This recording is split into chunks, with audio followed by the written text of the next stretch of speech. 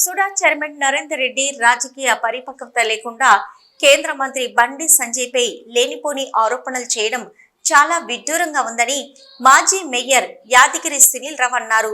SUDA chairman Narender Reddy బండి సంజయ్ని విమర్శించే స్థాయి లేదన్నారు. బీజేపీ పార్టీని గాని బండి సంజయ్ని గాని విమర్శించే అర్హత లేదన్నారు. కాంగ్రెస్ పార్టీ ప్రభుత్వం అధికారంలోకి వచ్చి 14 నెలలు అవుతుందని, కరీంనగర్ జిల్లా అభివృద్ధికి మీరు ఏం చేశారో స్పష్టత ఇవ్వాలని డిమాండ్ చేశారు. మీ ప్రభుత్వం మంత్రులు అభివృద్ధి కోసం ఏం నిధులు తెచ్చారో, ఎన్ని నిధులు ఇచ్చారో సంజయ్ని విమర్శించే ముందు స్పష్టం చేయాలన్నారు. ఆలోచన ఉండి మంచి మాటలు మాట్లాడాలని సూచించారు. భారతీయ జనతా పార్టీకి సంబంధించినటువంటి కేంద్ర హోంశాఖ సహాయ మంత్రివర్యులు బండి సంజయ్ గారి మీద పత్రికా విలేకరుల సమావేశం పెట్టి అసందర్భంగా ఏమాత్రం రాజకీయ పరిపక్వత లేకుండా మరి వారు కొన్ని ఆరోపణ చేయడం జరిగింది. ముఖ్యంగా ముందుగా నేను ఒకటే చెప్పదలుచుకున్నా, బండి సంజయ్ గారిని విమర్శించే స్థాయి కూడా సుడా చైర్మన్కు ఎక్కడ కూడా లేదు, అంత స్థాయి కూడా కాదు. బండి సంజయ్ గారు మాట్లాడే ప్రతి మాట కూడా సగటు ప్రజల సగటు జీవుల అభిష్టాన్ని తెలియజేస్తుంది మాత్రమే మాట్లాడగలుగుతుంది. వారి అభిప్రాయాన్ని చెప్పే ప్రయత్నం మాత్రం చేయడం జరుగుతుంది. మీరు భారతీయ జనతా పార్టీని కానీ బండి సంజయ్ గారి కానీ విమర్శించే ముందు మీ ప్రభుత్వం వచ్చి 14 మాసాలు దాటిపోయింది. 14 మాసాల్లో కరీంనగర్కు ఏం చేసిందో వస్తువుగా మీరు ప్రకటించాల్సిందిగా చెప్పాల్సిందిగా నేను డిమాండ్ చేస్తా ఉన్నాను. ఈ 14 మాసాల కాలంలో కరీంనగర్ నియోజకవర్గానికి కానీ, కరీంనగర్ నగరానికి కానీ, కరీంనగర్ జిల్లా కానీ చేసింది ఏమిటో ముందుగా మీరు ఏడదల్లం చేయాల్సిన బాధ్యత మీ పార్టీ మీద మీ మీద ఉన్నది.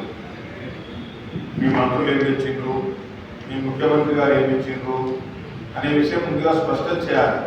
ఇంకొకరిని విమర్శించే ముందు ఏట్లో రాయి నేను కూట్లో రాయి ఇచ్చినట్టుగా, కూట్లో రాయి నేను ఏట్లో రాయి ఇచ్చినట్టుగా ఏది పడితే అది మాట్లాడడం, మరి చేతిలో తుపాకీ ఉందని చెప్పి మరి ఎటువైపు మొదలు పెట్టాలో తెలియకుండా ఇంకా వస్తే ఒక్కోసారి మనకే తగ్గుతుంది. ఎందుకంటే ఆ విధంగా కొంత ఆలోచన ఉంది, కొంత నాలెడ్జ్ నుండి మాట్లాడితే బాగుంటుందని చెప్పి నేను సూచన చేయదలుచుకున్నాను.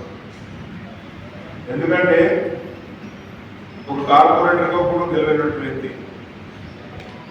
ఒక కేంద్ర మంత్రిని విమర్శించడం అంటే అంతకంటే శోచనీయమైన విషయం,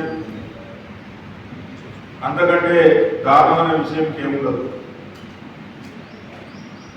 ఒక సామాన్య రాజకీయ కుటుంబం ఎలాంటి రాజకీయ కుటుంబం లేనటువంటి వ్యక్తి, ఎలాంటి గాడ్ ఫాదర్ లేనటువంటి వ్యక్తి, అంచెలంచెలుగా ఒక కార్పొరేటర్గా 2 సార్లు, దాని తదుపరి ఎంపీగా, బీజేపీ రాష్ట్ర అధ్యక్షునిగా, మళ్ళీ 2వసారి 2,25,000 మెజార్టీతోటి కరీంనగర్ నగర ప్రజల దీవెనలతో గెలిచి ఈరోజు కేంద్ర హోంశాఖ సహాయ మంత్రిగా బాధ్యత నిర్వహిస్తుంది.